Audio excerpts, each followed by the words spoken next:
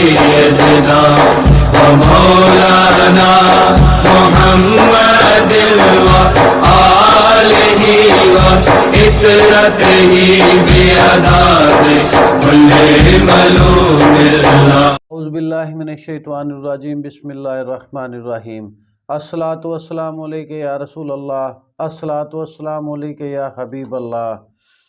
الصلاۃ والسلام علیک یا رحمت للعالمین. اغثنا یا رسول اللہ، اغثنا یا حبیب اللہ، مدد کن یا رسول اللہ، مدد کن یا حبیب اللہ. میرے روحانیت چینل کے دوستو، السلام علیکم ورحمۃ اللہ وبرکاتہ. میرے دوستو، ہم سلسلہ وار بات کر رہے ہیں 18 کی اقسام اور کلمہ طیبہ سے ان کا علاج.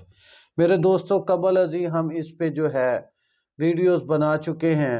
حمل کا نہ ہونا، حمل کا ضائع ہو جانا، ازدواجی تعلق کا قائم نہ کر پانا، بیٹی کا پیدا نہ ہونا، بیٹی کا پیدا ہو کر مر جانا، بیٹے کا پیدا نہ ہونا اور بیٹے کا پیدا ہو کے مر جانا، اور جسم پر سیاہ دھبے یا سبزی مائل دھبے میری بہنوں اور بیٹیوں کے جسم پہ جو بن جاتے ہیں حمل کے دوران، ان کے علاج کے بارے میں ہم تفصیل سے بات کر چکے ہیں اور آپ کو انتہائی مجرب کامیاب وظائف عطا کر چکے ہیں.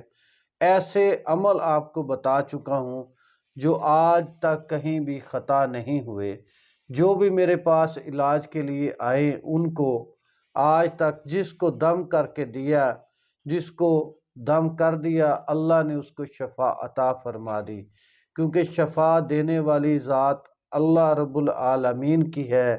وہی شافی ہے، وہی کافی ہے، وہی رحمان و رحیم ہے، وہی ہر شخص کو شفا دیتا ہے، وہی بیماری دیتا ہے. اللہ نے قرآن پاک میں فرمایا ہے، آیت مبارکہ کا مفہوم ہے کہ میں ہی بیمار کرتا ہوں اور میں ہی شفا دیتا ہوں. اس لیے میرے دوستو، اٹھا بھی ایک بیماری ہے اور اس کا علاج بھی ہم اللہ کے پاک کلام کلمہ طیبہ سے کریں گے. تو میرے دوستو، آج ہم جس موضوع پر بات کریں گے اٹھا کی جس قسم کے بارے میں، وہ ہے جسم میں درد یا ٹانگ میں شدید درد. یہ عورتوں کی کامن بیماری ہے.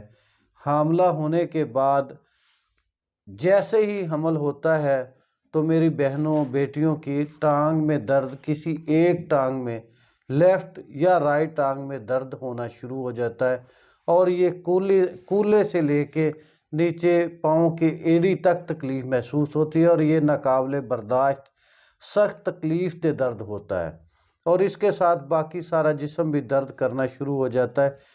اگر حمل ہونے کے فوری بعد ہی یہ تکلیف شروع ہو جائے تو یہ سمجھ لیں کہ یہ اٹھا کی ایک قسم ہے، اور اس کا علاج کسی ڈاکٹر سے نہیں ہونا. اس کا علاج قرآن پاک اور اللہ کریم کے پاک اسما سے، اللہ کریم کی رحمت اور فضل سے ہی ہونا ہے. تو میرے دوستو، عمل کی طرف چلنے سے پہلے آپ سے گزارش ہے کہ روحانیت چینل کو سبسکرائب کر لیں اور بیل آئیکن کے بٹن کو دبا لیں تاکہ آئندہ آنے والی ویڈیوز آپ کو بر وقت مل سکیں.